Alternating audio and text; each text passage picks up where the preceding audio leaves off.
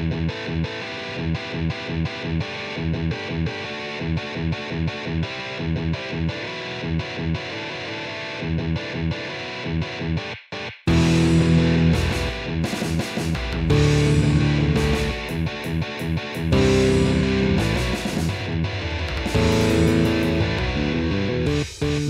et bienvenue à Board Game Duel, le podcast de jeux de société où deux jeux s'affrontent dans un duel sans merci.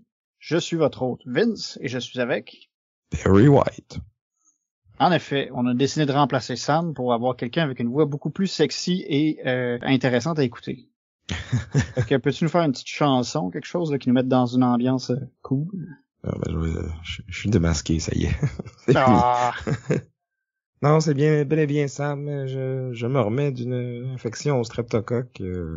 Le reste de mon corps s'est bien remis, mais ma voix en arrache encore un petit peu. Mais j'aimerais être bon pour faire l'épisode pareil.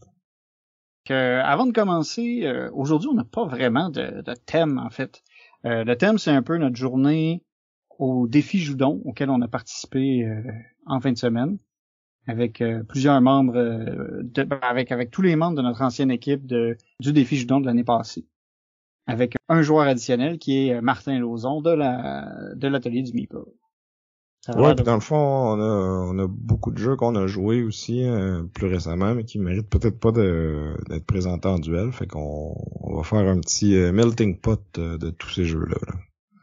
Fait que c'est ça. Fait que c'était un épisode un peu différent d'habitude, mais on va quand même pas tout changer la formule. Fait qu'on va regarder, on va discuter de l'épisode de l'an passé. Et l'année passée, c'était un duel à thématique science-fiction. Dans lequel j'avais défendu le jeu Warpgate Beyond, donc un jeu style 4X, mais pas tout à fait, qui est card-driven, donc on a une main de cartes, à chaque ronde on va en jouer 4, puis dans le fond, plus on attend dans le round pour jouer notre carte, plus son action va être forte. Donc si on fait l'action de recruter des troupes, par exemple, si on la joue au tour 1, ben on recrute une troupe, mais si on la joue au tour 4, on en recrute 4. Et c'est la même chose pour les déplacements, les attaques, les technologies qu'on peut aller acquérir. Donc c'est un jeu qui réplique l'expérience épique des 4X, mais qui fait ça de manière très rapide, très simplifiée, qui reste quand même tout aussi épique. Puis je trouve qu'il offre des bonnes décisions quand même crunchy sur comment je vais optimiser mon round à chaque round, puis mais qui prend pas toute ta journée à jouer là. Ouais, c'est ça, c'est un jeu assez rapide. Je trouve que ça condense bien l'expérience 4X. Avec le nouveau jeu qui est sorti récemment, le jeu Last Light, on s'était dit en plus, ça serait un super bon match-up contre Warpgate qui justement est dans la même niche. Mais bon, on a déjà fait Warpgate, fait que on n'aura pas ce duel-là, mais c'était vraiment dans le même genre là. Pour ceux qui ont joué à Last Light, Warpgate là, ça touche les mêmes fibres. Et de mon côté, j'avais défendu le jeu Godspeed. Donc, dans Godspeed, c'est un jeu de placement d'ouvriers, mêlé aussi avec un peu d'enchères, où est-ce que, dans le fond, nos ouvriers, en plus d'avoir des emplacements qui leur sont dédiés vraiment, ils vont aussi avoir une valeur qui va nous permettre, dans le fond, d'aller chercher des bonus en début de round, qui va dépendre, dans le fond, de quel ouvrier on va sacrifier. C'est un jeu où il y a beaucoup de choses qui se passent. Il y a des missions communes aussi qui vont se débloquer au début du round qu'on peut décider de faire pour avoir des bonus ou ne pas faire puis subir certaines conséquences. On va devoir progresser sur différentes pistes qui impliquent dans le fond les différentes actions, que ce soit la construction de bâtiments, l'amélioration de notre tableau de cartes aussi qui va se faire à côté. Il y a beaucoup de choses qui se passent. Ouais, c'était correct, mais tu sais, moi j'y ai pas rejoué, puis en fait c'est moi qui le possédais, puis je l'ai donné au suivant. Là. Je ne l'ai plus dans ma collection parce que je me voyais pas le ressortir à la place de d'autres jeux similaires, tu sais. Ben, et comme ça m'a dit, dans le fond, moi j'y ai pas rejoué non plus parce que c'était sa copie. Et je n'ai pas repris sa copie parce que j'avais d'autres jeux qui étaient comme un peu qui touchaient le même itch, mais qui le faisaient un peu mieux. Mais moi, j'ai quand même beaucoup aimé mon expérience, là. Je suis pas en train de dire que je le défendrai pas puis que je le recommanderai pas, là. J'ai quand même un peu tu sais, j'ai aimé Godspeed, j'ai trouvé ça cool puis j'ai trouvé ça intéressant ce qu'il a voulu apporter dans sa variété de mécaniques différentes. Sans être, c'est ça, un chef-d'œuvre monumental et mémorable, j'ai quand même trouvé que c'était un jeu qui était quand même bien. Donc, c'était notre retour sur le duel de l'an passé. Fait que je vais commencer tout de suite par parler du premier jeu qu'on a joué au défi Joudon. On avait une grosse équipe, on était 8 participants à représenter Board Game Duel. Et alors, on a commencé par un jeu qui se joue bien à 8. On a joué à Challengers Beach Cup. C'est la deuxième itération du jeu Challengers. C'est comme la version 2. Il a été designé par Johannes Krenner et Marcus Slawicek, que je massacre probablement. Et il a été publié aux éditions One More Time Games. Donc, Challengers Beach Cup, c'est comme le jeu Challengers. Dans le fond, c'est un tournoi de bataille où tout le monde va avoir un match à faire, va affronter un autre joueur dans un jeu de bataille où, en fond, on va construire notre deck à mesure que les rangs vont progresser. Donc, au début de la partie, on a presque tous le même deck. On a une série de cartes de départ qui sont identiques, puis on va rajouter déjà quelques cartes dedans. Puis, à chaque round, on rajoute des cartes de plus en plus fortes, puis on faut essayer de faire vraiment des decks qui vont bien interagir les uns, dont les cartes vont interagir de façon positive les unes avec les autres. Quand on fait un round de bataille, ben c'est comme la bataille. Là. Dans le fond, on a notre deck, on pioche la première carte, on la joue. Ces cartes-là vont avoir des valeurs et des effets qui vont s'affecter. Donc, le premier joueur va mettre une première carte. C'est au tour de l'autre joueur qui doit sortir de son deck autant de cartes qu'il faut pour égaliser la valeur de l'opposant. Égaliser ou dépasser. Lorsque ça arrive, le joueur, dans le fond, dont la carte a été battue, doit prendre la carte, la mettre sur le côté du plateau. C'est une section qu'on appelle le banc.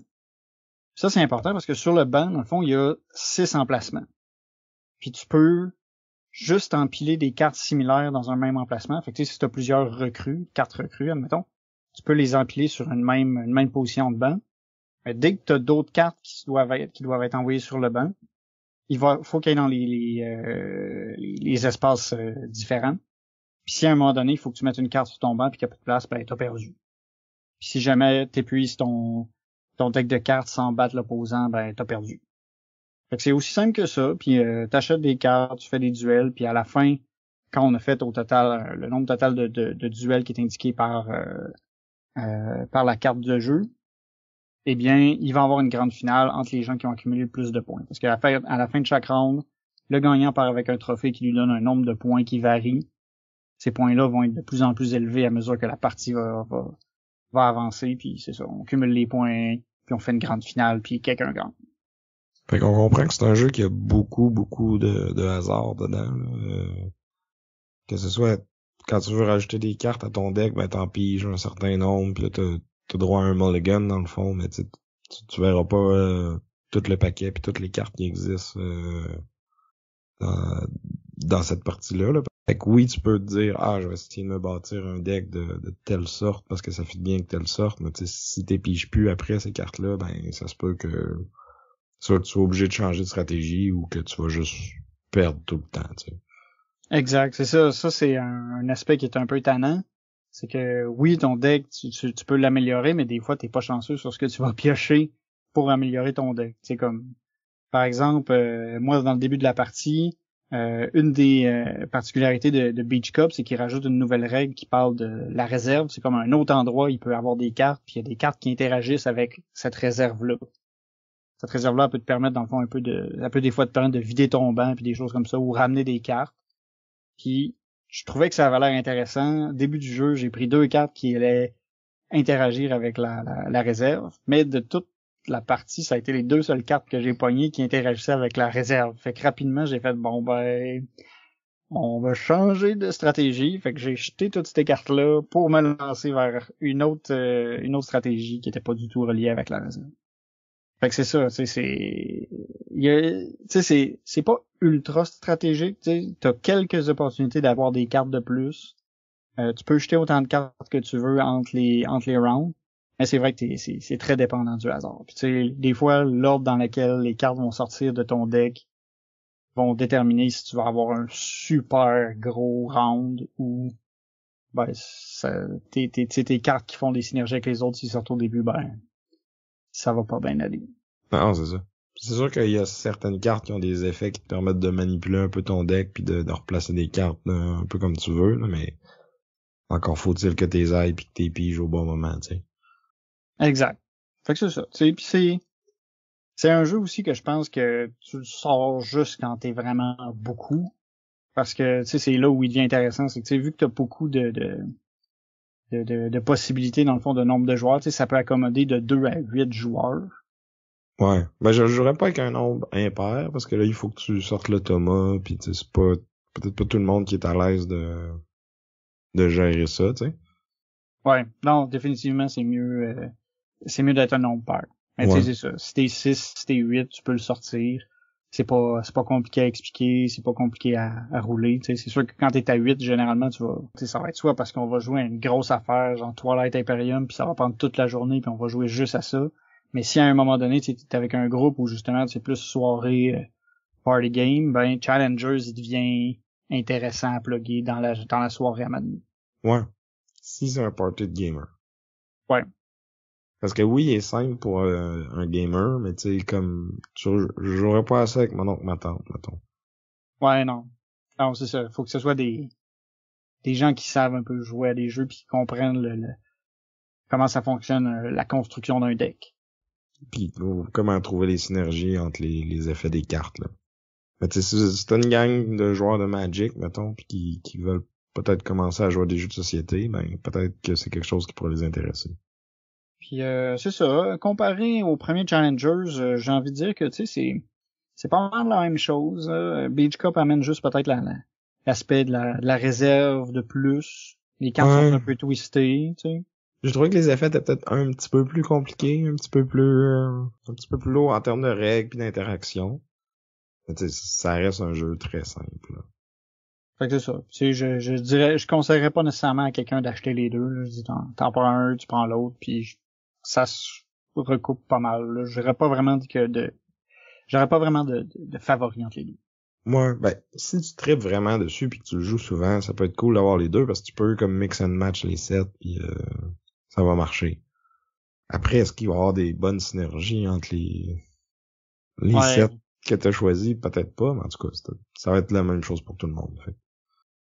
Donc, c'était Challengers Beach Cup, designé par Johannes Krenner et Marcus Slawicek, et publié par One More Time Games.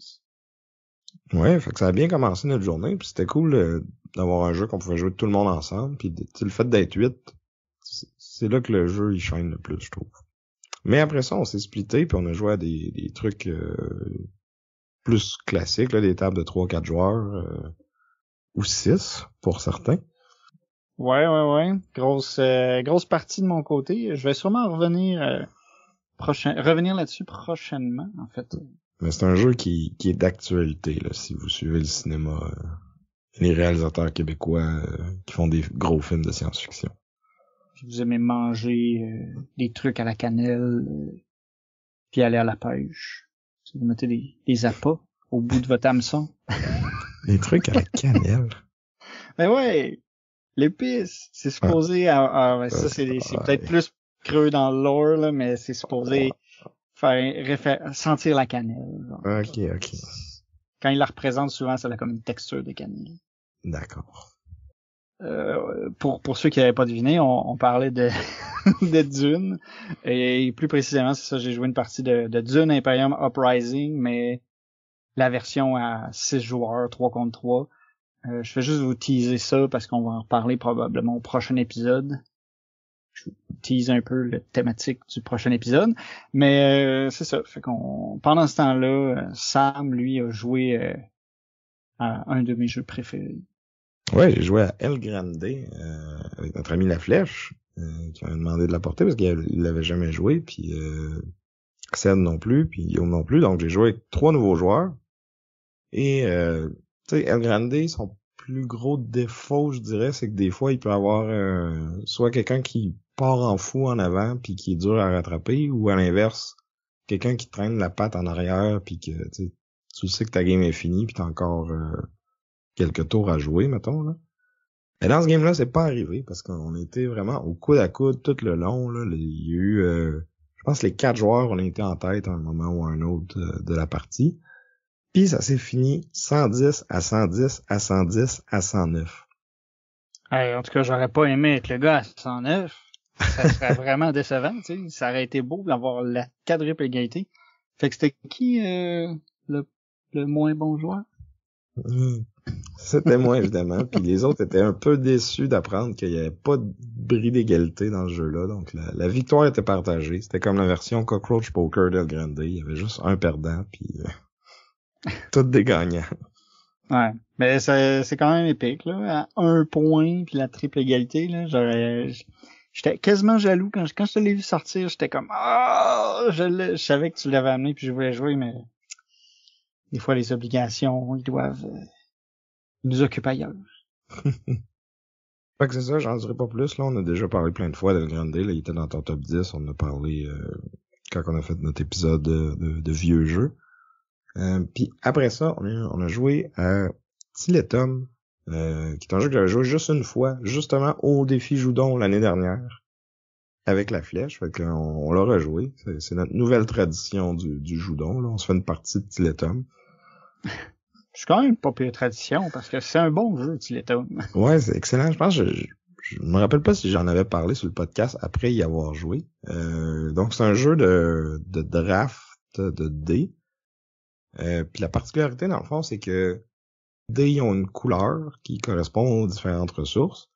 Puis quand je draft, par exemple, un 6, ben je vais gagner 6 de cette ressource-là. Puis chaque valeur, à chaque ronde, dans le fond, va correspondre à un type d'action. Puis ça va changer pendant la partie. Mais mettons, au premier round, le 6, ça peut être l'action de marchand. Fait que quand je prends un 6, j'ai 6 ressources, mais j'ai 1 point d'action de marchand. Puis à l'inverse, ben, quand je prends un 1, ben, j'ai juste une ressource, mais j'ai 6 points d'action à l'action correspondante. Fait que c'est ça, c'est toujours un peu déchirant de se dire, bon, ben, j'ai besoin de ressources tout aussi, mais j'aimerais beaucoup faire cette action-là. Fait qu'il faut que tu saches gérer ça, puis tu sais, les dés vont se faire prendre par un peu tout le monde. Fait qu'il faut que tu l'ailles. Ça part vite, là. Fait que quand tu veux quelque chose, faut que tu ailles le faire vite. L'ordre du tour est déterminé par une piste sur laquelle tu peux avancer, puis qui va te donner des points si t'es au-dessus. C'est un peu une salade de points, là. Il y a plein d'affaires qui te donnent des points. Tu peux te promener sur la map pour placer des colonnes, des bâtiments. Tu peux aller construire des cathédrales si tu as mis des colonnes dans ces villes-là. Puis là, ça peut te donner beaucoup de points. À la fin de chaque ronde, il y a comme un objectif de ronde qui va être variable d'une partie à l'autre, puis qui va donner des points pour certaines affaires. Là. Ça peut être les cathédrales que tu as construites, justement, ou les contrats que tu as complétés, plus les personnages qui sont dans ton tableau personnel. Là. Sans rentrer dans les détails, il y a comme plusieurs affaires que tu peux faire, puis t'as certains rondes où ça va être payant d'avoir fait ces affaires-là. Mais si tu veux scorer ces objectifs de fin de ronde-là, faut que tu t'arranges pour être à la foire, dans le fond. C'est comme une espèce de festival ambulant qui se promène de ville en ville, puis si à la fin du round, t'as pas mis un bâtiment dans cette ville-là ou que t'as pas envoyé ton marchand là, ben tu peux pas scorer l'objectif. C'est d'ailleurs ce qui est arrivé à la flèche au dernier tour. Oh, ouch. Il avait comme oublié cette partie-là dans sa planification. Fait qu'il aurait peut-être même pu le faire avec sa dernière action, mais il a décidé de faire autre chose pour comme maximiser encore plus l'objectif, pour finalement se rendre compte que ben il était pas dans la ville de Troyes, fait qu'il pouvait pas le scorer. Ah, c'est chiant. Oh non. Fait que ça m'a permis de me sauver avec la victoire. C'est ça, c'est un jeu où t'as le goût de faire tout, mais il faut vraiment que tu te concentres puis que tu planifies comment ça va se passer. Puis les autres peuvent venir bousiller tes plans en prenant les dés que t'as besoin, par exemple. C'est ça, ou en allant placer des colonnes dans la ville où tu voulais aller. Tu sais, c'est très euro pis tout ça, tout est calculé, mais t'as quand même l'interaction avec les autres joueurs en pouvant les bloquer, en prenant des places, des positions sur le plateau. Ouais. Puis tu sais, c'est quand même, ça a l'air lourd au début quand on t'explique toutes les possibilités, mais tu sais, quand tu commences à jouer, ça coule bien après là. Ouais, parce que tout est quand même séparé, tu sais, c'est pas, y a pas trop de trucs qui sont interreliés, tu sais, si tu veux faire telle action, faut que tu regardes à ce place-là sur ton plateau, puis à telle autre place, c'est telle autre action, fait que tu sais, tout est assez segmenté, fait que tu te retrouves assez facilement, puis... C'est ça. Puis c'est pas trop long à jouer là. Le temps qu'on a joué à Tiletum puis à El Grande, vous avez pas tout à fait fini votre partie de Dune. Là. Ouais, c'était épique et long, mais le temps a passé vite là, j'ai hâte de vous en parler. Là. Faut pas trop que j'en parle. Au final, ça va finir ça. L'épisode, ça va être Vince tease Dune Imperium Uprising à 6. Je vais essayer de pas trop en parler. Puis, avec quoi t'as capé ta soirée après je pense que t'as eu une autre partie épique, justement. Ouais, on a eu une partie épique de Battlestar Galactica, de board game, sorti en 2008, designé par Corey Konieczka, un de mes designers préférés, et publié chez Fantasy Flight Games. Fait que Battlestar Galactica, il m'intriguait beaucoup. Déjà parce que c'est le jeu qui a inspiré l'Insondable ou Unfathomable que Sam a déjà décrit dans un de nos épisodes précédents, que moi j'ai pas encore essayé. Mais j'étais bien curieux d'essayer Battlestar Galactica. Et ce qui est très drôle, c'est qu'au final, cette boîte-là de Battlestar Galactica précise, on a été trois à avoir l'œil dessus pendant une vente de garage du magasin de jeux Le Griffon. Moi, je l'avais vu sur une photo, puis j'avais demandé à quelqu'un de voir s'il pouvait pas le pogner. Marie, qui était dans notre équipe, qui est aussi une de nos auditrices, avait l'œil dessus, puis a demandé à Martin Lauzon si il pouvait le prendre pour elle. Mais finalement, Martin l'a pris pour lui. Fait que c'est ça. Fait que ça a été toute une histoire avec une boîte de jeux. Fait que là, moi, j'étais content de pouvoir l'essayer parce que j'avais entendu beaucoup de bien puis que c'était quand même un jeu assez rare, justement. Puis dans le fond, Battlestar Galactica, c'est un jeu semi-coop dans le sens où tous les joueurs qui vont être des humains vont jouer de façon coopérative pour faire en sorte que le vaisseau, le Battlestar Galactica, se rende jusqu'à la Terre pour sauver l'humanité puis recréer la civilisation. Mais dans l'équipage, il va y avoir déguisé des Cylons, qui sont des espèces de robots qui se déguisent en humains, puis qui vont avoir comme objectif de faire chier toute la patente. Dans le fond, de s'assurer que le vaisseau ne se rende jamais à bon port, parce qu'il va être soit trop endommagé ou tous les membres d'équipage ou les ressources du vaisseau vont avoir été épuisées. Donc, chaque joueur va avoir un personnage qui lui est attitré, qui va avoir des habilités différentes. Chaque personnage a comme vraiment des compétences qui sont différentes, des rôles qui sont différents. Ils ont toutes des habilités uniques. Ils ont une habilité qu'ils peuvent utiliser à tous les tours. Ils ont une grosse habilité qu'ils peuvent utiliser seulement une fois par partie, qui est généralement une espèce de super habilité qui te permet de te sauver les fesses quand on est vraiment mal pris. Puis à ça, tout le monde va aussi avoir sa carte de rôle, à savoir si t'es un humain ou si t'es un Cylon. Puis la façon dont ça marche, c'est qu'au début de la partie, c'est possible qu'il n'ait pas de Cylon, parce qu'il y a 2 fois le nombre de cartes qu'il y a de joueurs en fond dans la partie. Ce qui fait qu'au début, il peut y avoir juste des humains. Puis à un moment donné dans la partie, quand on arrive à la moitié, tout le monde va repiocher une carte de rôle. Puis là, ça se peut que t'es un humain, tu deviennes un Cylon. Si t'étais déjà un Cylon, ben tu restes Cylon. Mais ça se peut aussi que, comme à nous, ça nous est arrivé. Au début de la partie, il y avait un Cylon qui s'est très bien camouflé, parce qu'au début, en fait, on pensait pas qu'il y en avait. Mais finalement, c'était l'amiral qui était le Cylon, puis qui a été capable de passer sous le radar tout le long de la partie, jusqu'à ce qu'à un moment donné, on arrive à la mi-partie, puis qu'il repioche une carte Cylon. En ayant les 2 cartes, il a été en mesure de contaminer quelqu'un d'autre. C'est un peu ça qui a fait que tout a dérapé, là. Tout seul, il était quand même pas pire, mais là, quand il a contaminé l'autre personne, ça a été un peu violent. C'est allé downhill à partir de là, puis à un moment donné, on a même, la soirée avançait, là, on était les derniers qui restaient à la journée, puis là, on voyait le temps avancer, puis on voyait que les Silents nous avaient bien eu, fait qu'on a mis fin à la partie avant la fin, mais c'était pas mal perdu. Fait que c'est ça. Fait qu'un round normal, comment ça se passe, c'est qu'on va piocher des cartes habilités. Chaque joueur, dans le fond, en fonction de ses habilités, il va piocher différents nombres de cartes. Fait que t'as comme six types d'habilités différentes. Tu pioches les cartes qui te sont indiquées. Chaque carte, dans le fond, a une valeur en chiffres, puis une habilité que tu peux utiliser comme action. Là, après ça, tu peux te déplacer dans le vaisseau à différents endroits. Chaque endroit a comme une action particulière. Ça peut être piocher des cartes, ça peut être envoyer des vaisseaux, ça peut être tirer avec le gros vaisseau, tu sais, il y a plusieurs endroits comme ça.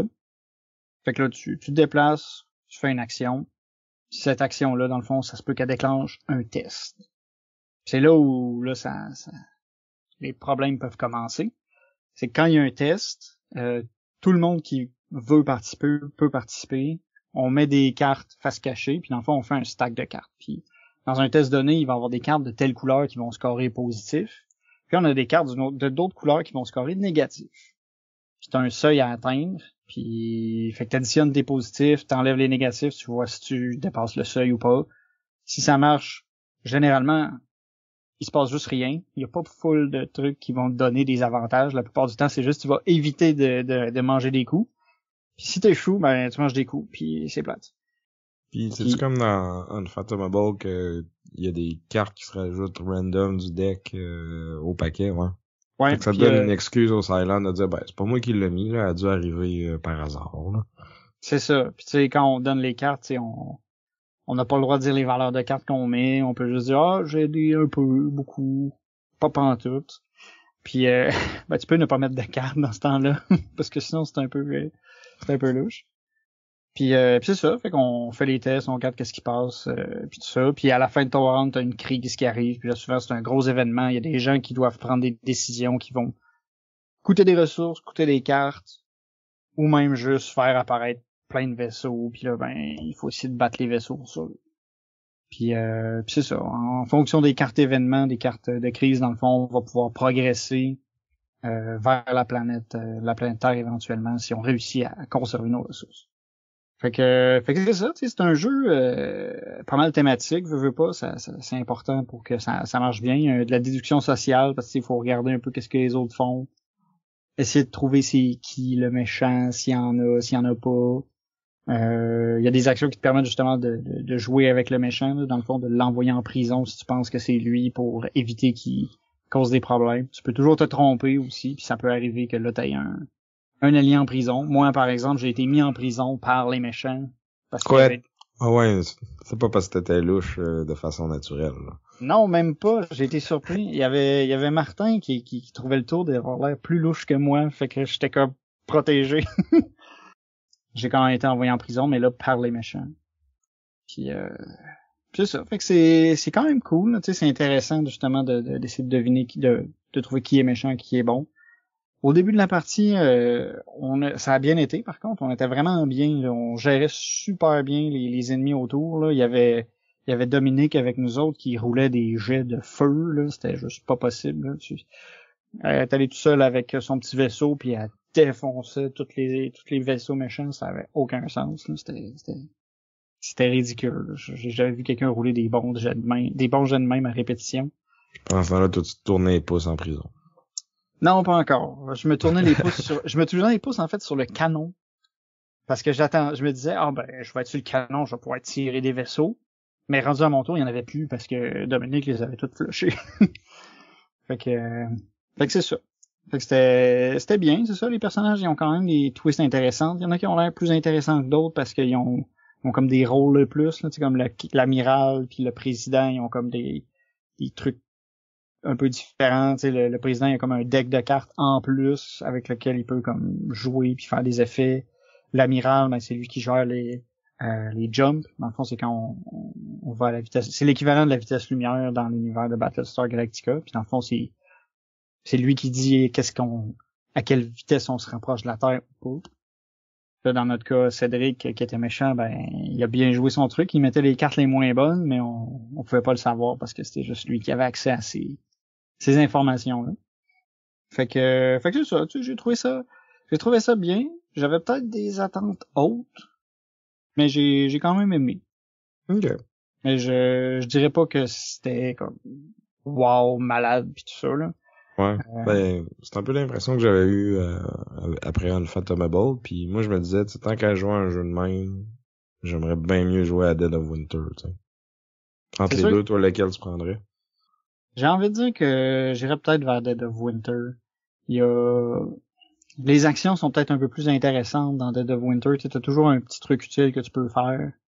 Puis tu sais, t'as plus d'interaction. Je trouve que tu sais, puis d'une game à l'autre, ça va être un peu plus différent vu que tu sais, t'as les scénarios qui sont un peu variés dans Dead of Winter. Versus dans Battlestar Galactica, tu sais, ce qui va faire que ça va changer, c'est plus le hasard. Tu sais, c'est quoi les cartes événements en crise qui vont être piochées. Ce que t'as dans Dead of Winter aussi. Oui, mais tu sais, je trouve la twist aussi des Crossroads un peu plus cool. Là. Tu sais, ça, c'est quand même nice parce que tu sais, c'est un événement aléatoire qui est thématique, tu sais, vraiment beaucoup. Fait que, mais ouais, c'est ça. Je rejouerais quand même à Battlestar Galactica. Mais de ce que j'ai compris, c'est pas super balancé là, dans le sens où les Cylons ils gagnent pas mal plus facilement que les humains là. Puis pour avoir été un humain, puis pour avoir quand même eu des bouts où est-ce qu'on se disait, hey, ça va bien notre affaire, c'est rapidement tourné au vinaigre, puis on n'a rien pu faire, on s'est fait défoncer. C'est ça. Même si à un moment donné on se sentait confortable. Fait que c'était Battlestar Galactica, The Board Game.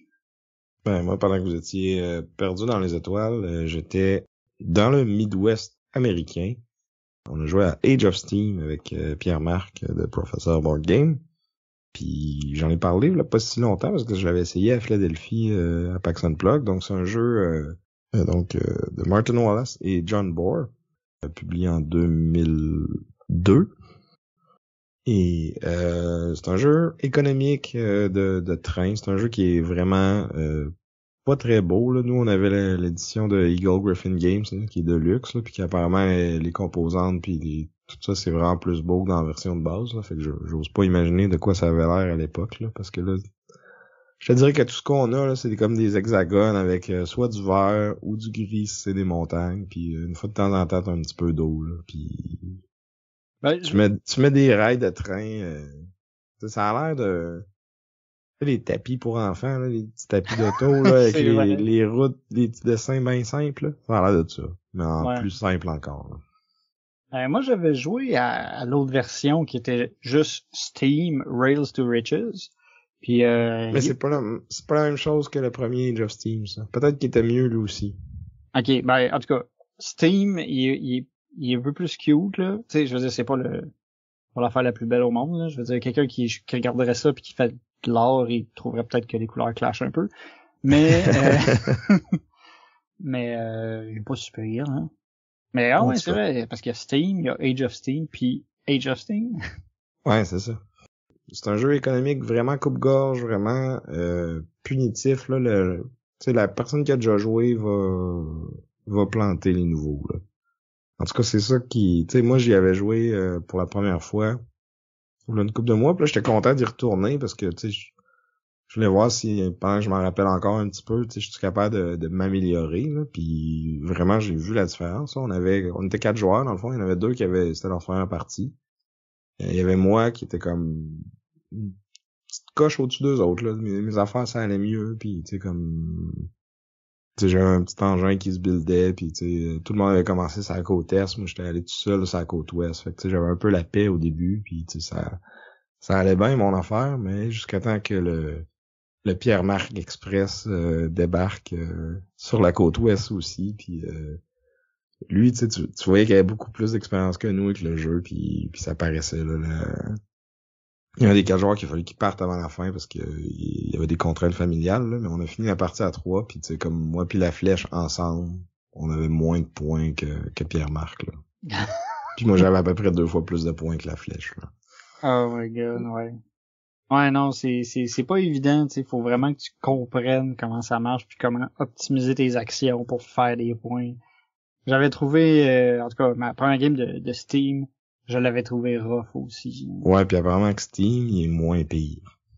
Il est moins Ouais. punitif que l'autre, là. Fait que, tu sais, c'est ça. C'est un jeu qu'il faut que tu apprennes à la dure, mais comme, tu vois, après ma deuxième partie, ça a été beaucoup plus rapide avant que, tu sais, ça a été beaucoup moins long avant que je fasse du profit, là. Parce que, tu sais, les premiers rounds, là, tu comptes tes revenus moins tes dépenses, là, puis très souvent, t'es vraiment loin dans le négatif, puis il faut que tu payes, puis là, faut que tu t'endettes de plus en plus. Puis là, un moment donné, tu finis par break-even, puis là, après ça, tu commences à faire du profit, puis ça part, là, mais tu sais, comme Pierre-Marc, lui, après 2 tours, il était quasiment déjà dans le profit, puis tu sais, moi, à ma première game, ça m'avait pris presque toute la game, puis à celle-là, ben, c'était comme plus à moitié, là. Fait que tu sais, je voyais Il y a un progrès, là. Une progression. C'est ça, il y a de l'amélioration, mais j'ai encore de la job à faire, mettons. Puis on a fini la soirée avec une petite partie de Ra, donc le jeu d'enchères de Reiner Knizia, que je pense que j'avais déjà parlé sur le podcast aussi, là. Petit jeu quand même assez simple, c'est un jeu d'enchères, mais t'as comme juste 3 mises possibles à chaque ronde, puis là, il y a un petit aspect de pousse ta chance, parce que tu sais pas exactement quand est-ce que le round va finir, fait que tu veux pas rester pogné avec tes mises, parce que si tu les as pas utilisées, ben, too bad, mon ami, t'as un lot de moins dans ton ensemble, puis c'est... En fond, tu collectes des tuiles puis il y a comme une douzaine de sortes de tuiles à peu près, puis ils scorent toutes de façon un peu différente, là, mais au final, plus t'en as, plus tu fais de points, là, mais comme il y en a que c'est par rapport aux autres, il y en a que ça te prend d'autres tuiles à côté, puis dans ce cas, il y a plein de petites règles fiddly sur le scoring, mais le gameplay en tant que tel est super simple. Puis dans le fond, c'est la partie que j'ai jouée avec Marion, qui était là aussi pour la journée. Puis on s'était dit qu'on voulait jouer une partie ensemble, puis finalement, ça avait pas donné plus tôt dans la journée. Fait que là, on a joué celle-là. Ouais, t'es un peu occupé à jouer à Dune Imperium en Pricing. Ouais, c'est ça.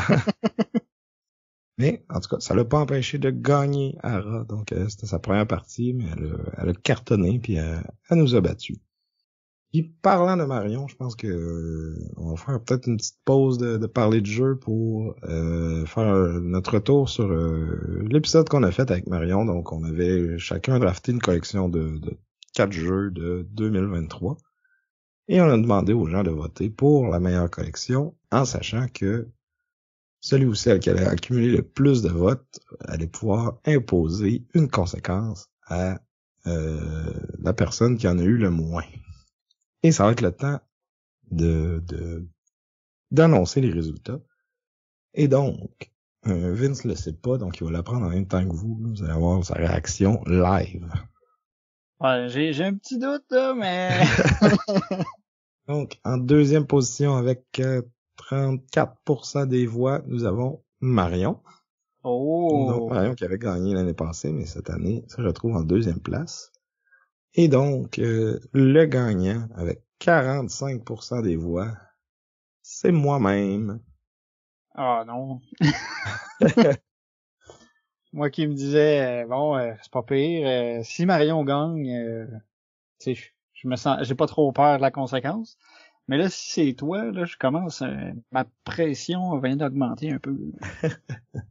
Mais je te ferai pas toffer dans le suspense trop longtemps. Je vais t'annoncer ta conséquence live là. J'aimerais ça que cette année, on fasse un rassemblement des fans de Board Game Duel pour une journée, pour jouer à des jeux, une journée ou une soirée ou les deux.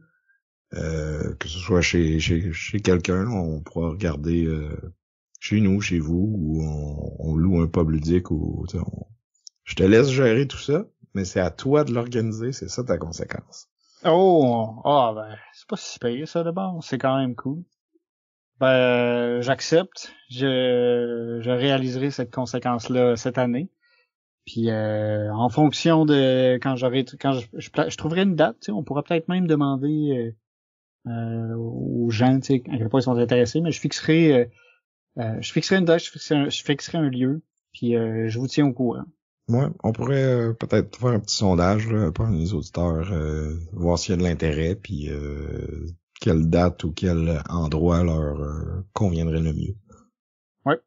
C'est sûr, ce serait plus facile que ce soit Sherbrooke ou Saint-Hyacinthe, là, mais en tout cas, on pourra régler les détails hors d'onde, là, mais ça s'en vient en 2024, la journée Board Game Duel.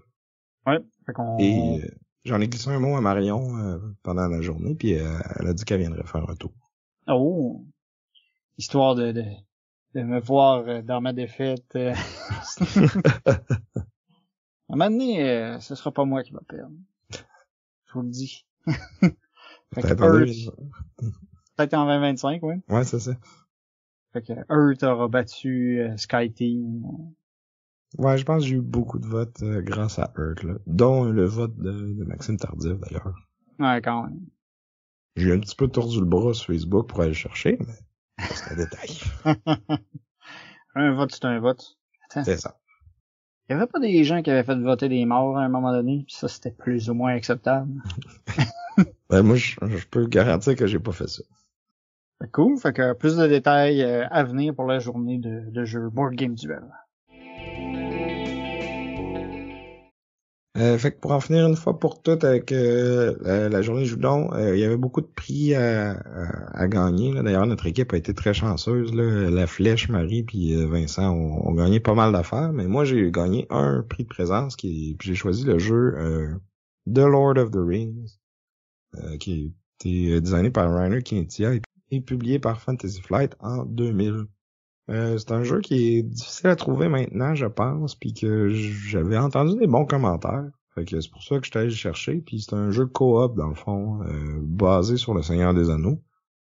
Puis je dois malheureusement rapporter que j'ai détesté ma partie.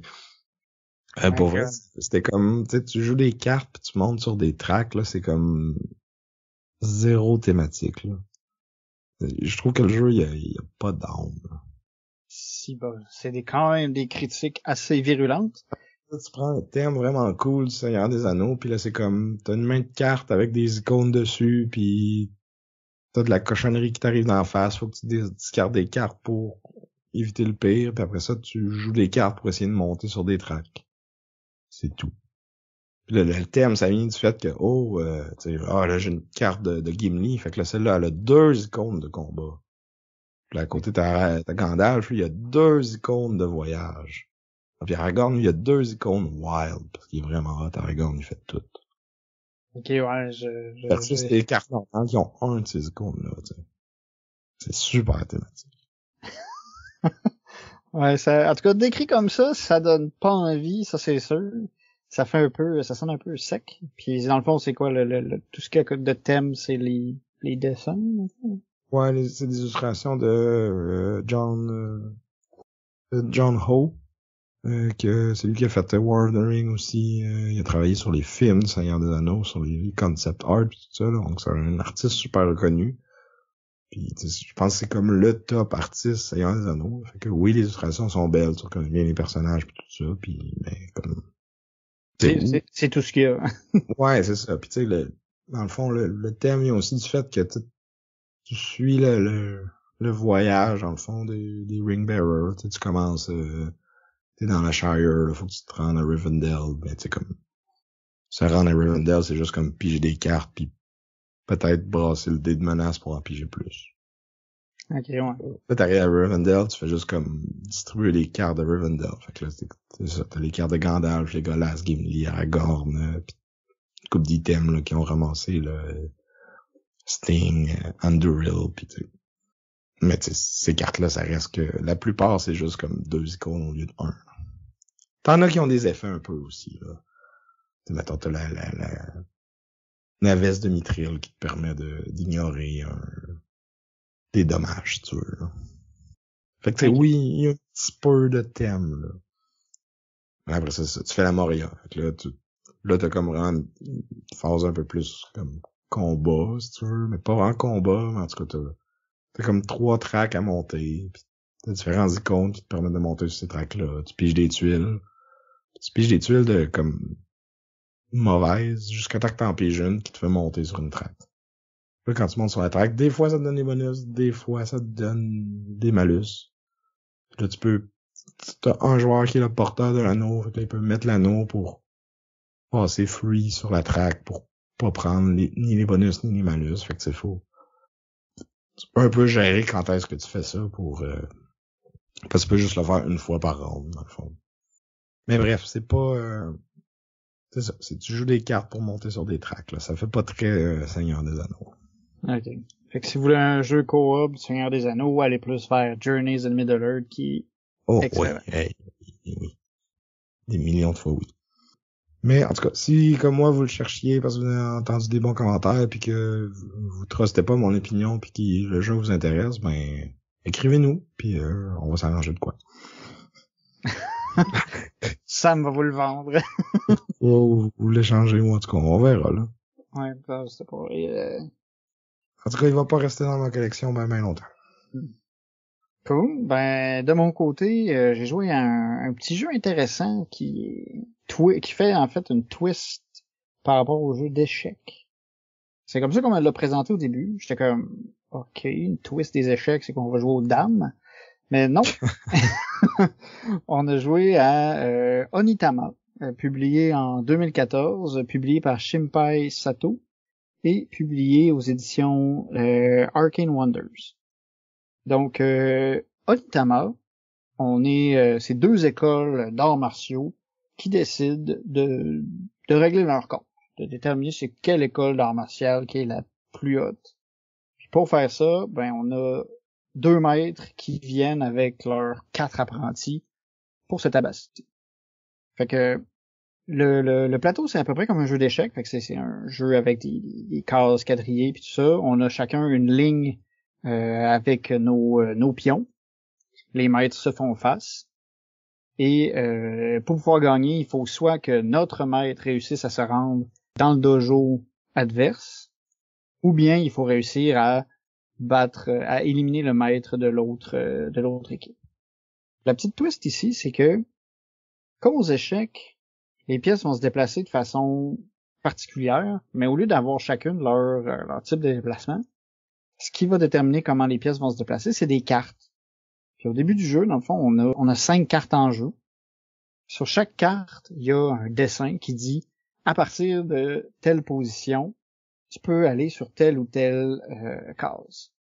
Puis, quand c'est ton tour, tu vas jouer une de ces cartes-là, tu vas déplacer un de tes pions, puis tu vas récupérer la carte qui va être restée au milieu. Fait que la partie va avancer, puis tu vas t'échanger les cartes de déplacement. Puis tu vas avoir, dans le fond, tu vas être très restreint, dans le fond, dans tes mouvements, mais vu que les deux joueurs vont pouvoir toujours faire juste le même set de mouvements, c'est là où tu peux commencer à pouvoir prédire qu'est-ce que l'autre joueur peut faire, puis qu'est-ce que toi tu peux faire. Fait qu'il y a une espèce d'apprentissage en cours de partie, là. C'est comme si tu étudiais vraiment les techniques de l'autre école, puis là, à un moment donné, tu finis par les maîtriser, puis être capable de déjouer leur stratégie. Fait que c'est c'est pour ça que ça rappelle un peu les échecs. C'est vraiment, on se déplace, puis quand tu t'arrives sur la case d'un autre pion, ben tu le manges comme aux échecs. Dans le fond, tu l'élimines, puis il va sur le côté. Fait que plus ça va, moins il y a de pièces sur le jeu. Puis ça te permet soit d'amener ton maître à l'autre bout, ou ben tu réussis à avoir le maître de l'autre plus rapidement, plus avant. Puis c'est ça, une partie ça dure littéralement 10 minutes. Parce que ça va assez vite, là. Je veux dire, tu joues ta carte, tu fais ton move, tu joues ta carte, tu fais ton move. C'est comme ça, puis on avance. C'est là où ça peut être plus long, c'est si c'est un peu de paralysie de l'analyse, puis t'as de la misère à prendre des décisions. Ben moi je te dirais, les parties que j'ai jouées, ça fait longtemps, mais il me semble dans ma mémoire, c'était un peu plus long que ça. Peut-être qu'on était plus au même niveau, moi puis mon adversaire, que toi puis la personne avec qui t'as joué, là. Ben, on s'entretuait bien, mais c'est vrai que j'ai pas mal perdu. Fait que c'est peut-être ça. Peut-être que ça a fini plus vite. Mais c'était cool, j'ai aimé là la twist. J'avais peut-être le cerveau un peu brûlé aussi à partir de ce moment-là. C'était comme pas le premier jeu qu'on jouait dans la journée. Mais j'avais bien aimé le concept. Puis c'est ça, puis d'une partie à l'autre, dans le fond, c'est que t'as pas les mêmes cartes pour faire tes déplacements. Fait que, tu sais, dans une partie, tu sais, ça se peut que t'aies des cartes qui soient comme plus agressives, qui te permettent d'avancer plus loin, plus vite. Puis d'autres fois, ben, t'as des cartes qui vont te faire des mouvements un peu plus bizarres, là, tu sais, comme juste de côté, ou des diagonales, mais à reculons, pas en avant. t'as beaucoup de variétés de cartes. Fait que, tu sais, les parties d'une partie à l'autre, ta stratégie va vraiment changer, puis il faut que tu saches vraiment tirer parti des cartes que t'as dans ta main. Ouais, puis t'arrives à un certain point dans la partie que tu joues des moves juste parce que tu sais que ton adversaire pourra pas en profiter. Quand il va prendre cette carte-là dans le milieu, tu sais. C'est ça, parce que ce qui est important de savoir, c'est justement ce que tu vas jouer, ça va être dans les mains potentiellement de ton adversaire dans 2 tours. Fait qu'il faut que tu te rappelles de ça. Puis t'as aussi la stratégie de, tu sais, garder une de tes cartes dans ta main un petit peu plus longtemps juste pour que l'opposant il sache pas qu'est-ce qui s'en vient, puis la manière, clac, il s'en attend pas, puis tu l'as. Fait que tu sais, t'as plusieurs petits trucs comme ça. C'est ça, c'est super simple à prendre en main, super simple à jouer, puis si vous êtes comme moi, ça va être très rapide à jouer aussi. C'est ça, c'est un jeu qui joue juste à 2. Ouais, moi j'avais essayé là, plusieurs années, j'avais bien aimé. Puis je sais qu'il est disponible sur BGA aussi, si jamais ça vous intéresse. Moi j'ai une petite rafale de jeux que je veux parler rapidement que j'ai joué dans les dernières semaines. J'ai essayé Mysterium Park, donc qui est par la même gang qui avait fait Mysterium avant. C'est une version comme simplifiée, plus rapide. On a 2 rondes plutôt que 3, donc deux cartes à trouver chacun. Puis thématiquement, on est dans une fête foraine plus que un manoir de l'époque victorienne. Là, fait que, mais ça reste le même jeu. Là. T'as le fantôme qui donne des cartes un peu weird pour faire deviner des affaires à chaque joueur qui sont des médiums. Puis on peut discuter tout le monde ensemble pour trouver c'est quoi la carte de tous et chacun. Puis dans le fond, dans celui-là, par exemple, faut que tout le monde ait trouvé son personnage avant que tout le monde puisse passer au lieu. Puis fait que ça, il y a quelques petites règles qui sont différentes. Ça fait que la partie est plus rapide, moins longue à jouer. Il y a un peu moins de matériel dans la boîte. Là, t'as pas tout le gros setup avec le paravent. Là, t'as comme juste une petite carte à la codename, dans le fond, qui dit dans le pattern quelle carte est à qui, tu sais. Fait que ça prend moins de place sur ta table, c'est plus facile à expliquer, moins long à jouer. Fait que c'est cool. Et puis c'est quand même l'expérience Mysterium, là. Moi, je trouvais que le look était un peu moins dans mes goûts, là. Je trouvais que l'ambiance vieux manoir pis tout ça, je trouvais que ça fitait mieux que le jeu, que l'espèce de fête foraine ambulante, là. Ouais. Toi, ça t'évoquait-tu un My Little Mysterium ou tu sais c'est non, je pense pas. Je pense que honnêtement, c'est cool que des fois une partie de Mysterium, ça peut s'étirer un peu longtemps.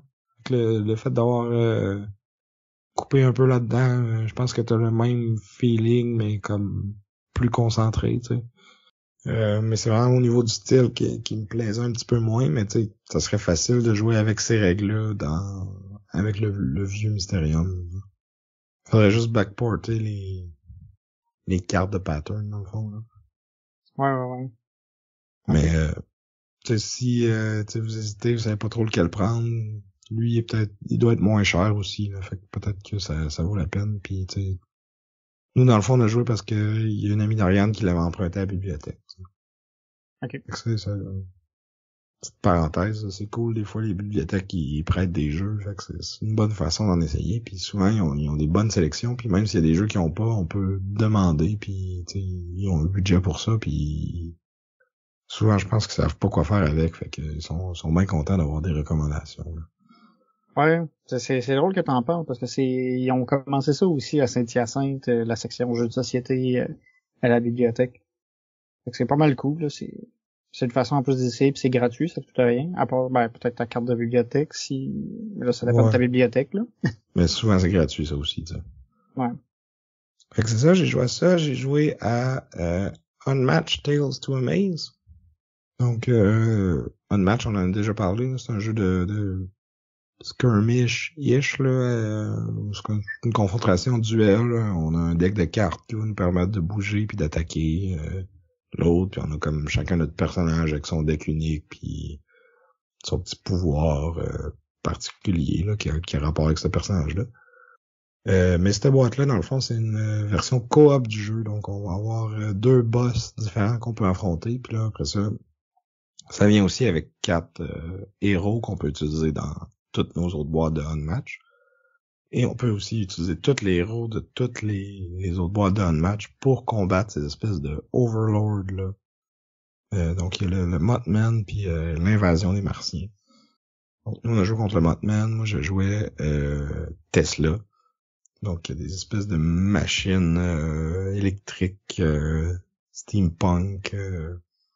Fait que sa gimmick, fallait que j'avais des façons comme de charger mes machines, puis des façons de les décharger. Là. Il y a des cartes qui devenaient vraiment plus fortes si j'étais capable de décharger mes trucs. Là. Fait que c'est un peu ça, sa gimmick.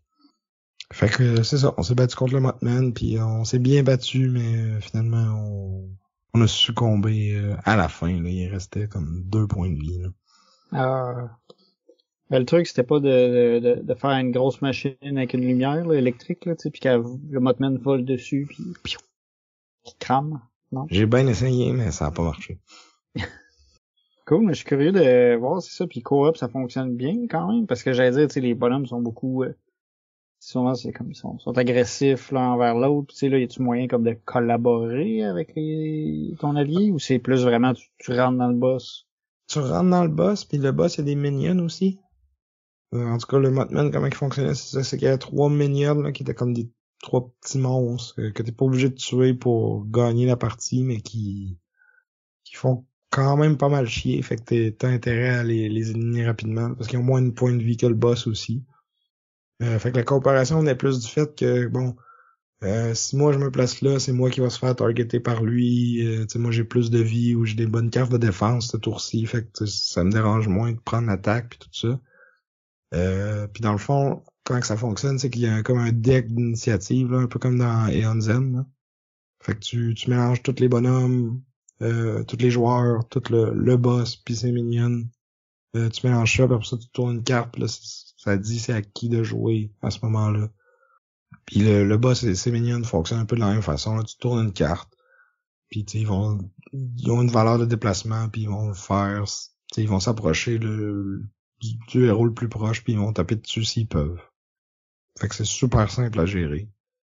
Puis ça simule quand même bien un adversaire de Unmatch là, qui va se déplacer, qui va avoir des effets, puis tout ça. Puis toi aussi, il faut que tu te déplaces, que le positionnement reste important, puis tout ça. Fait que ça...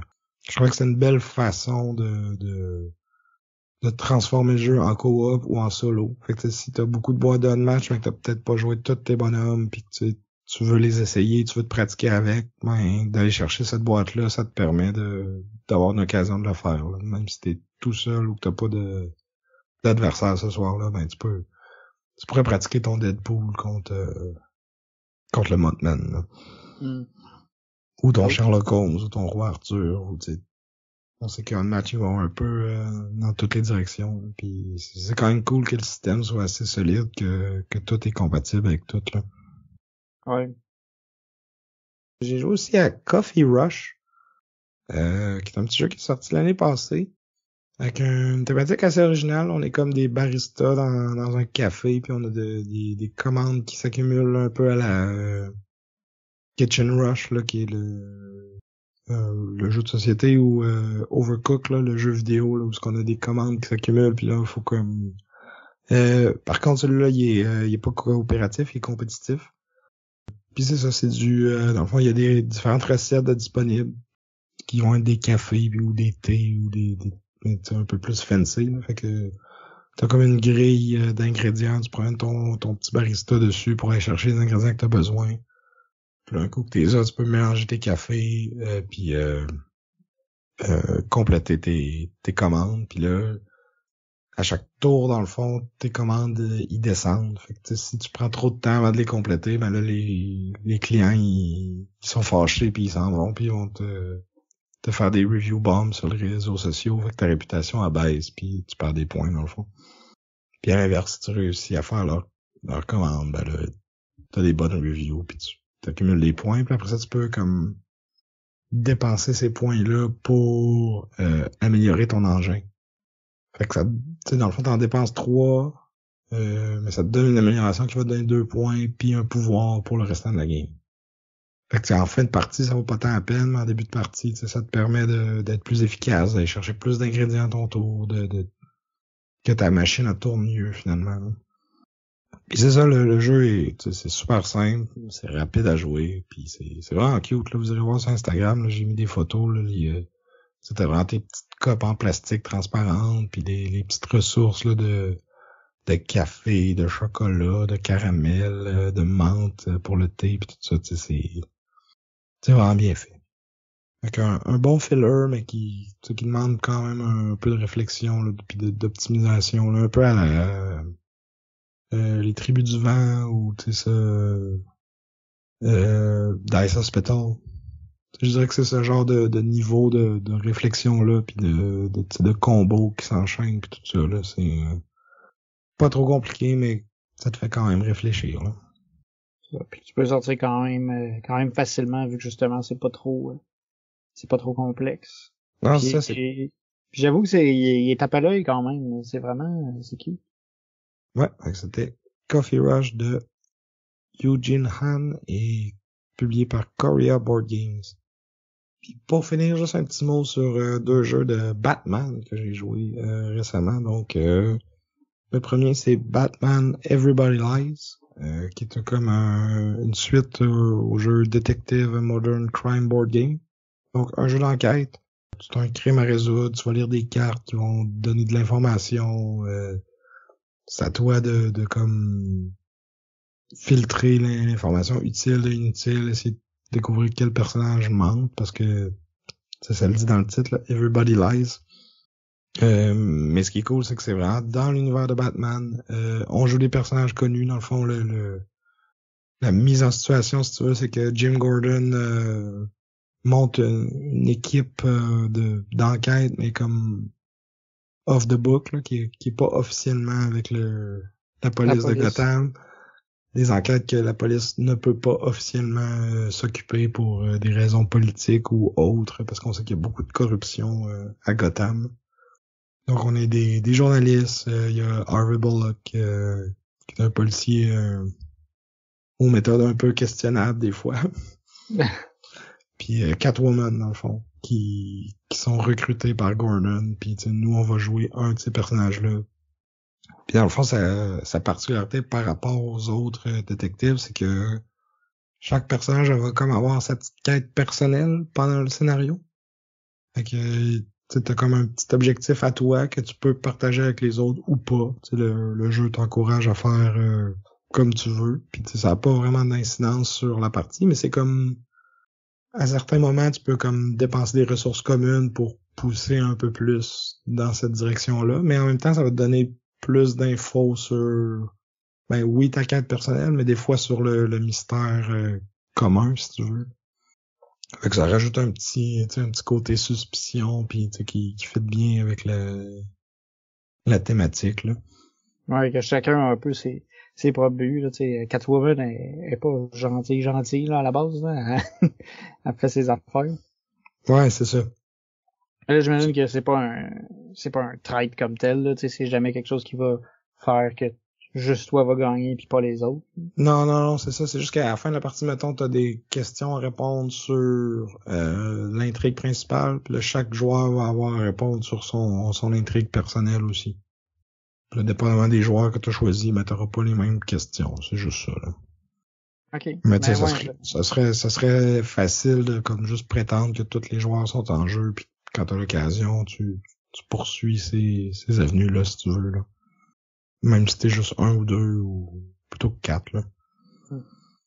Puis c'est ça, j'ai trouvé qu'il était mieux écrit que le détective original, là. Tu sais, dans le vieux, c'était comme une ligne sur 2, c'était pour dire que le café, il goûtait pas bon ici, là. T'étais en retard parce que t'étais pogné dans le trafic, puis qu'il pleuvait, tu sais. Mais c'est thématique. Oui, c'est ça, mais dans celui-là, au moins, comme, oui, t'as des lignes un peu moins utiles à l'enquête, mais tu sais, c'est des petits clins d'œil, genre, tu sais, t'es à Arkham, puis il y a un des patients qui te pose une énigme. Ah, puis t'as comme le gars qui dit, hey, Enigma, ta gueule, ouais, on continue à avancer, là, on bouge d'ici, là. Ah, ok, ouais, c'est ça, c'est en référence à l'univers Batman plus. C'est ça. Fait que si tu connais ça, tu tu vas voir ces références-là, puis sinon, tu peux quand même jouer au jeu, puis tu vas être capable de résoudre les enquêtes, toi t'es là pour ça, c'est juste que t'as comme une petite valeur ajoutée si tu connais bien les personnages de cet univers-là. Là. Parce que Batman il est là pendant les enquêtes aussi, des fois tu vas le rencontrer, tu peux même aller le voir pour demander de l'aide, ou tu sais, des fois faut carrément que tu le retrouves parce que il s'est passé de quoi, puis tu sais, je vais pas trop faire de spoiler, là, mais puis c'est une mini campagne, là, il y a comme 4 scénarios, un qui est plus introduction, puis 3 vraiment plus grosses enquêtes, là, fait que ça, on passe au travers de la boîte quand même assez rapidement, mais tu sais, c'est pas très dispendieux non plus, puis tu détruis aucun matériel, là, fait que tu peux le prêter à d'autres après ou le revendre, puis y a pas de problème, là. Fait que c'est si vous aimez les jeux d'enquête puis que vous aimez Batman, là, c'est un no-brainer, là. Ça vaut vraiment la peine. Et nous, on a fait les 4 en un mois à peu près, là.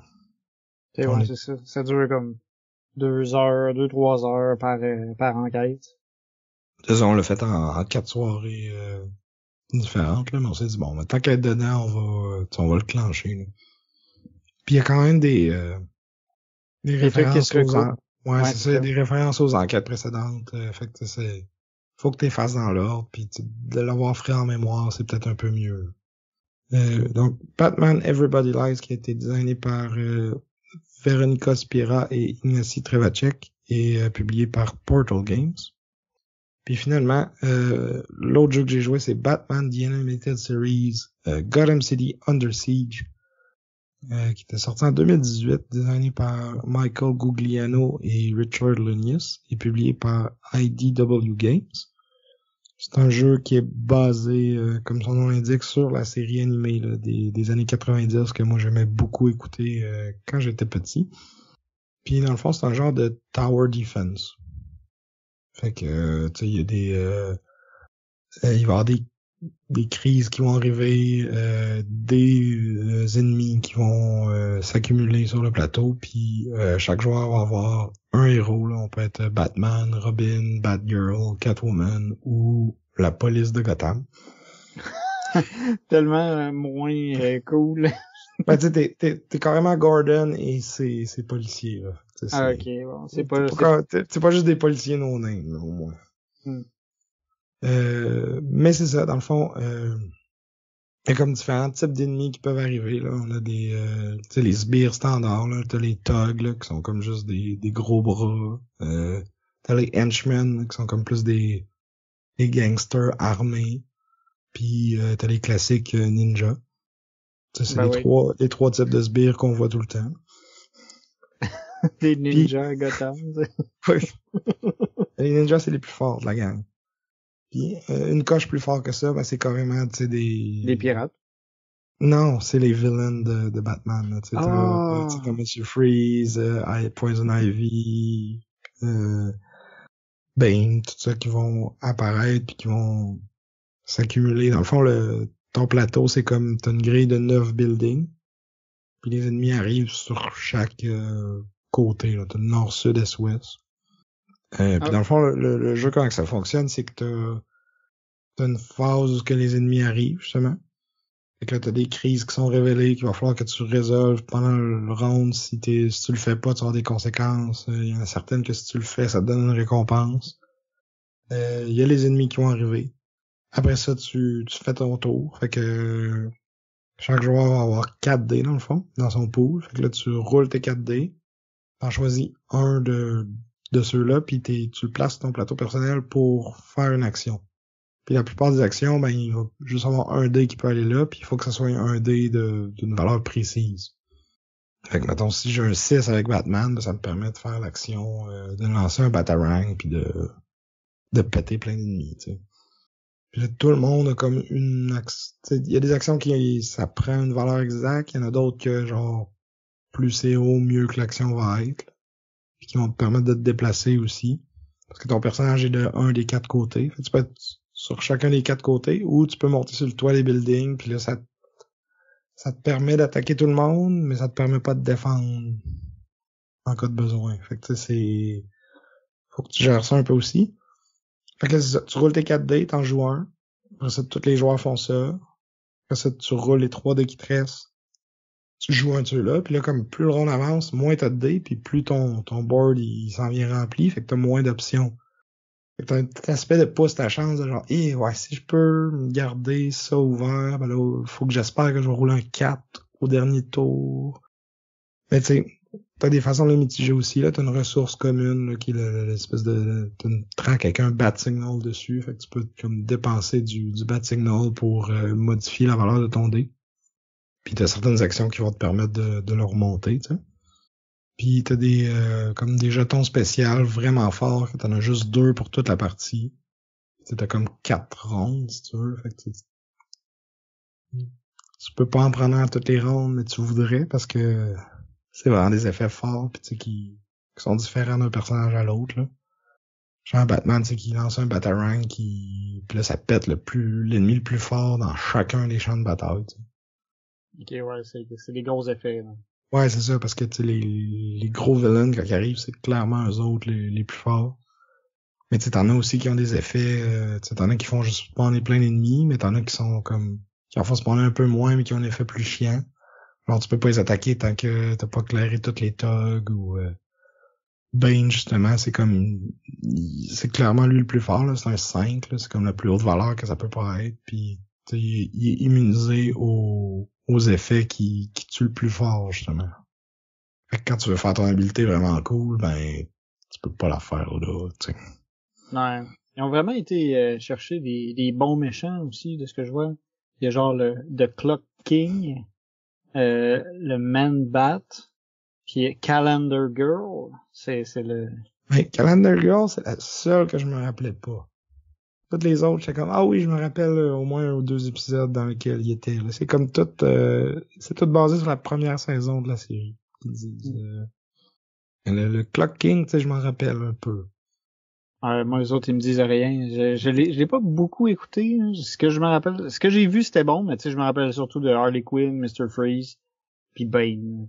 Peut-être Clayface, Poison Ivy. C'est eux autres que j'ai vus, qui m'ont marqué le plus, là. Puis c'est ça, je pense qu'ils sont, peut-être Clayface est pas là, mais en tout cas, bref. Tu sais, il y a eux autres, il y a le Joker, il y a Ra's al Ghul. Tu sais, eux autres sont tout le temps là, c'est comme c'est le Joker, Ra's al Ghul, puis je pense que c'est Scarecrow. C'est comme les vilains du round. Fait que ce round-là, c'est tout le temps lui le main villain, si tu veux. Fait qu'il y a des crises spécifiques à ce round-là, puis tu sais, comme chaque round, il y a son deck de cartes aussi de crise unique. Fait que ça fit à peu près avec la menace principale, si tu veux, là, les petites crises plus secondaires, ils fit avec ça. Fait que c'est ça, j'ai bien aimé la tension de, comme, à mesure que le round avance, t'as de moins en moins d'options, fait que tu pousses ta chance un peu pour essayer de déclencher tes combos, puis tu sais, il y a vraiment un aspect de coopération, là, surtout avec certains héros, comme, tu sais, Robin, c'est un sidekick, fait que la plupart de ses habiletés, il faut qu'il soit dans le même lieu qu'un autre héros pour qu'il trigger au max, puis tout ça. Fait que tu sais, je trouvais que les actions des personnages, les pouvoirs étaient un peu thématiques aussi, là. Avec la police, t'as des actions de Harvey Bullock, justement, puis je disais tantôt qu'il y avait des méthodes questionnables, ben comme tu peux avoir des bons résultats, mais t'as aussi des risques, parce qu'après avoir fait l'action, faut genre tu lances le dé, puis là si tu pognes un 6, ben tu pètes un des 9 buildings. Puis tu sais, comme à toutes les fois qu'il y a un building qui pète, il y a une conséquence random, dans le fond. Tu as comme un paquet de cartes que tu brasses au début, puis t'es mis face cachée, fait que tu sais pas qu'est-ce qui va arriver quand ce building-là va péter. Des fois c'est rien, puis des fois c'est comme... T'as 2 tracks, là, t'as une track d'explosion puis une track de civil, fait que s'il y en a une des deux qui sera en 0, t'as perdu. Fait que si tous tes buildings pètent, c'est sûr que tu vas perdre.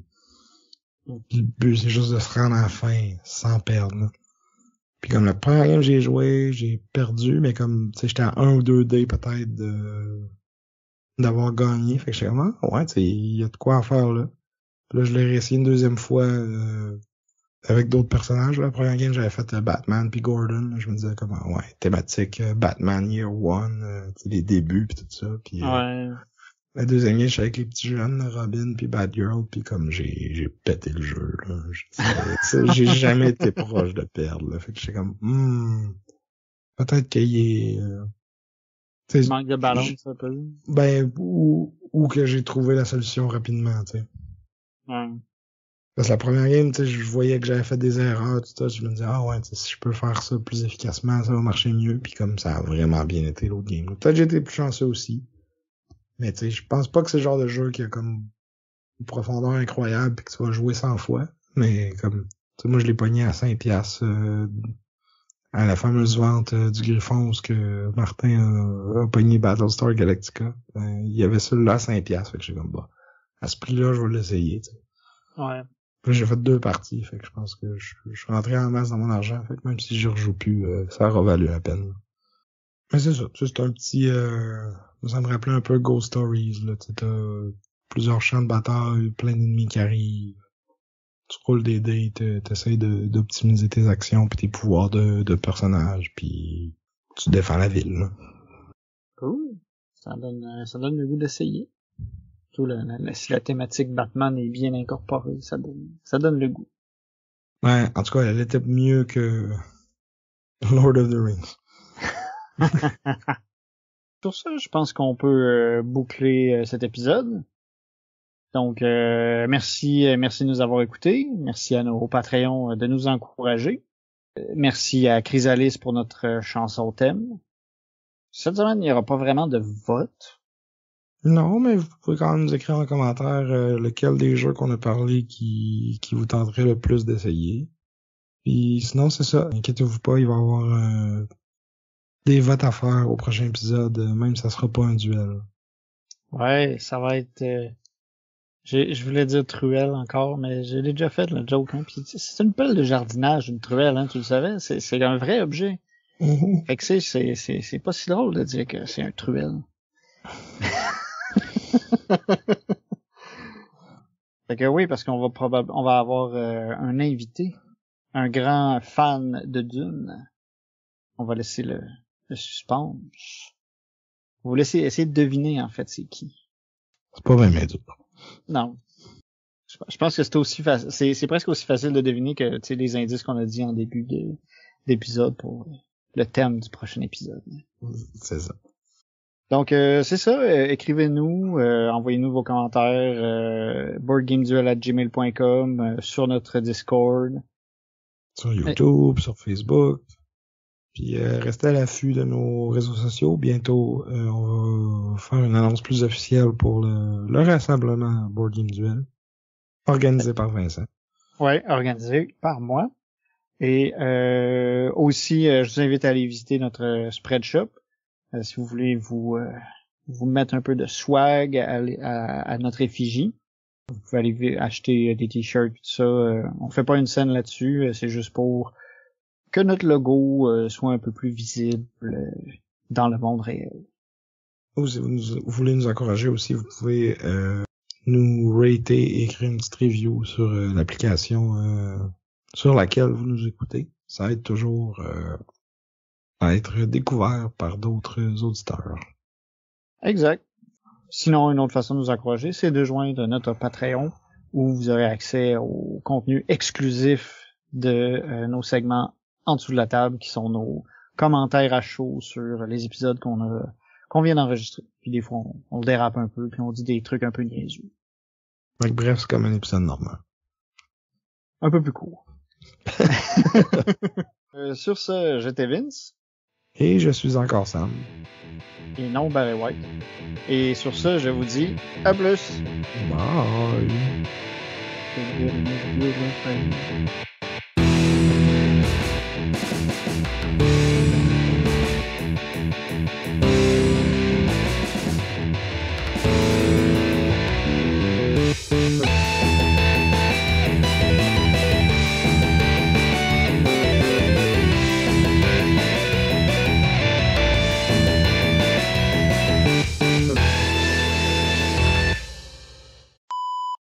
Et publié aux éditions Arcane Wonders. En fait, avant que tu parles de lui, j'ai peut-être un autre que je voudrais plugger avant, vu que ça a un petit peu rapport avec Joudon. Ah ben, vas-y donc.